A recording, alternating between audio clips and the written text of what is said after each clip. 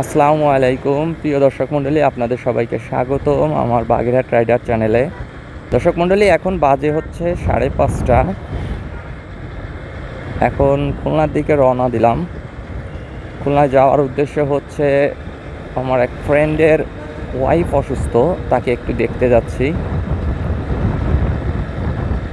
তো ভাবলাম যাওয়ার পথে একটি ব্লগ বানাই, সেইভাবেই ভিডিওটা তৈরি করছি।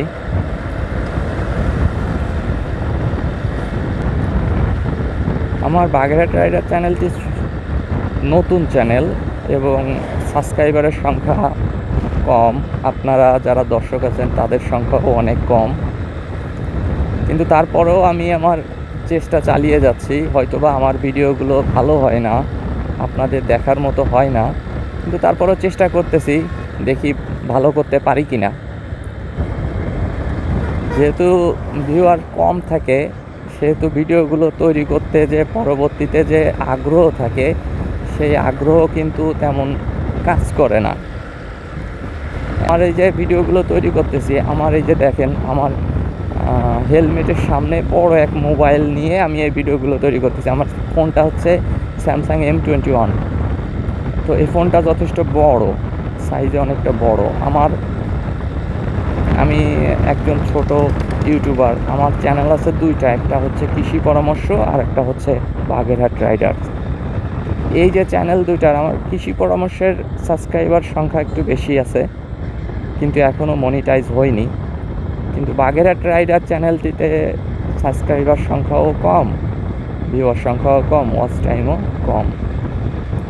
তো আমি চেষ্টা করি, আমার কিন্তু লজ্জা লাগতো প্রথম যখন আমি ভিডিওগুলো তৈরি করতাম, তখন আমার লজ্জা লাগতো যে এই যে ফোন, একটা হেলমেটের সামনে ফোন ঝুলাই রাখতে হবে, এবং কেমন যেন একটু লাগতো। এবং এমনকি এখনও আমার লাগে, মানুষ তাকাই থাকে যে ও দেখো পাগলের মতো লাগে হয়তো আমাকে। এই জন্য আমার কাছে লজ্জা লাগে। তারপরেও এই লজ্জাগুলো কেটে আমি চেষ্টা করি একটা ভিডিও তৈরি করার। বাইক চালানোর সময় আমি ভিডিওগুলো তৈরি করি, কিন্তু সেই ভিডিওগুলোর দর্শক শূন্য। আর হয়তোবা আমার চ্যানেলে আমি হয়তোবা ভালো কোনো ভিডিও তৈরি করতে পারতেছি না, বা মানুষের আগ্রহ সৃষ্টি হচ্ছে না আমার ভিডিও দেখে, এই জন্য হয়তোবা আমার ভিউয়ার্সটা কম আছে। কিন্তু দোয়া করবেন যাতে আমি আস্তে আস্তে ভালো কোনো ভিডিও তৈরি করতে পারি।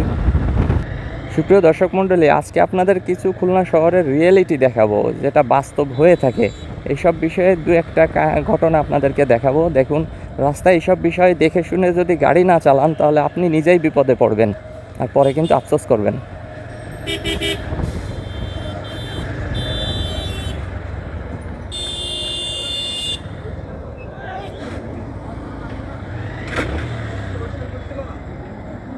কি হলো ভাই?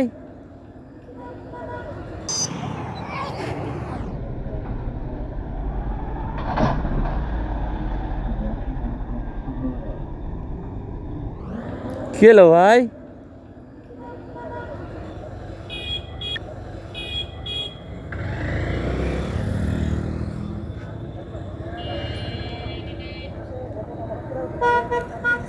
সমস্যা হয়নি তো? সমস্যা হয়নি তো? না না, ঠিক আছে ঠিক আছে ঠিক আছে ঠিক আছে ঠিক আছে ভাই। বলতে না বলতেই দেখেন সমস্যা করে দিল। বলতে না বলতে আমার পিছনে লাগাই দিল। এটা হচ্ছে একটা নতুন বাইক কিনছে, নতুন বাইকার। আপনাদের আমি দেখেন, এই যে খুব স্লোই চালাচ্ছে, কিন্তু ও নতুন বাইক, ও বুঝে উঠতে পারেনি, এই কারণে পিছনে ও এসেই মেরে দিছে আমার সাজরে। তা যাই হোক, আমি জিজ্ঞাসা করলাম কোনো সমস্যা হয়েছে কি না। সে বললো যে না ভাই, আমার সমস্যা হয়নি, আপনার কোনো সমস্যা হয়েছে কি না। নতুন বাইকার দু একজন থাকে, তারা হয়তো বা এরকম হয়ে বসতে পারে। এদের সাথে আবার এই বিষয়টা নিয়ে বা কথা কাটাকাটি করা মোটেই উচিত না। হয়তো আমারও এমন ভুল হয়ে বসতে পারে, অনেক সময় দেখা যায় যে আমারও এমনটা হতে পারে। এই জন্য এই ধরনের বিষয় নিয়ে কথা কাটাকাটি না করাই ভালো। আমার সুজি কিনতে হবে, এইখান থেকে সুজি কিনতে পারবো।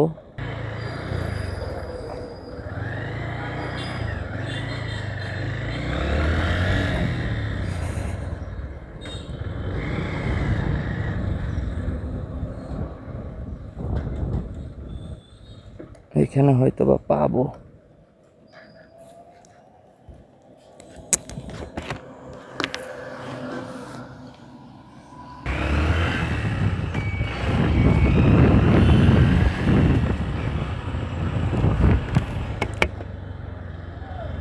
যাওয়ার পথে একটু সুজি কিনে নিলাম।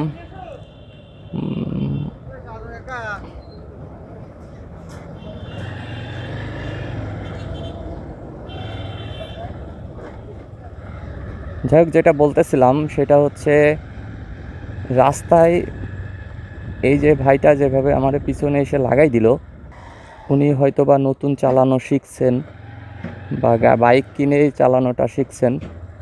রাস্তায় ঠিকমতো কন্ট্রোলিং করতে পারেননি। সামনে বিট ছিল আর আমি ব্রেক করছি, কিন্তু উনি অনেক স্পিডে আসছেন। উনি ব্রেক করছেন, আমি ব্রেক করার সাউন্ড টের পাইছি যে তার চাকা ঘষছে, কিন্তু চাকা ঘষার পর অনেকটা পরে এসে উনি আবার লাগাই দিয়েছেন।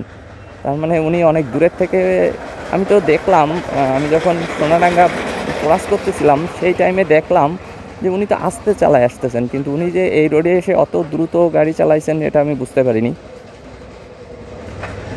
যাই হোক, এই ধরনের যে সমস্যাগুলো আছে এই সমস্যাগুলো রাস্তায় হতে পারে।